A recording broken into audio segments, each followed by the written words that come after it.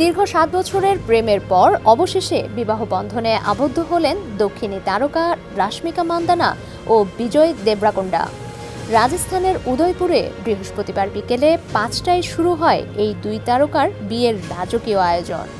ভারতীয় গণমাধ্যমগুলোর খবরে বলা হয়েছে, তেলেগু রীতি অনুযায়ী বিয়ের আনুষ্ঠানিকতা সম্পন্ন করার পর বৃহস্পতিবার সন্ধ্যায় দ্বিতীয় দফা বিয়েতে বসেন রাশমিকা ও বিজয়। এই বিশেষ আয়োজনে রাশমিকা পরেন ঐতিহ্যবাহী কোডাভা স্টাইলের শাড়ি।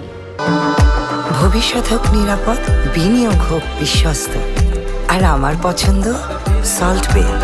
ওয়েলকাম টু সল্ট বে। জানা গেছে, কোডাভা প্রথা অনুযায়ী শাড়ির ভাঁজ থাকে পেছনের দিকে, যা কুর্গ অঞ্চলের নারীদের নিজস্ব সাংস্কৃতিক পরিচয়ের প্রতীক। এই পোশাক নির্বাচনের মধ্য দিয়েই নিজের শেকড় ও ঐতিহ্যের প্রতি শ্রদ্ধা জানান অভিনেত্রী। এর আগে সকালে তেলেগু রীতি মেনে বিবাহ বন্ধনে আবদ্ধ হন এই দুই তারকা।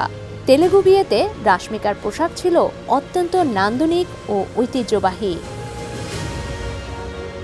শোনা যাচ্ছে, তার বিবাহের পোশাকে ছিল মহরত ও দামি সিল্ক শাড়ির বিশেষ সমাহার, যা পুরো বিয়ের আয়োজনকে দিয়েছে রাজকীয় আবহ।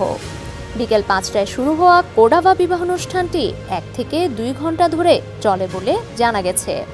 সকালে তেলেগু রীতি ও সন্ধ্যায় কোডাভা প্রথা, দুই সংস্কৃতির মেলবন্ধনে উদয়পুরে সম্পন্ন হল রাশমিকা ও বিজয়ের বহুল আলোচিত বিয়ে। ডেস্ক রিপোর্ট, সমকাল।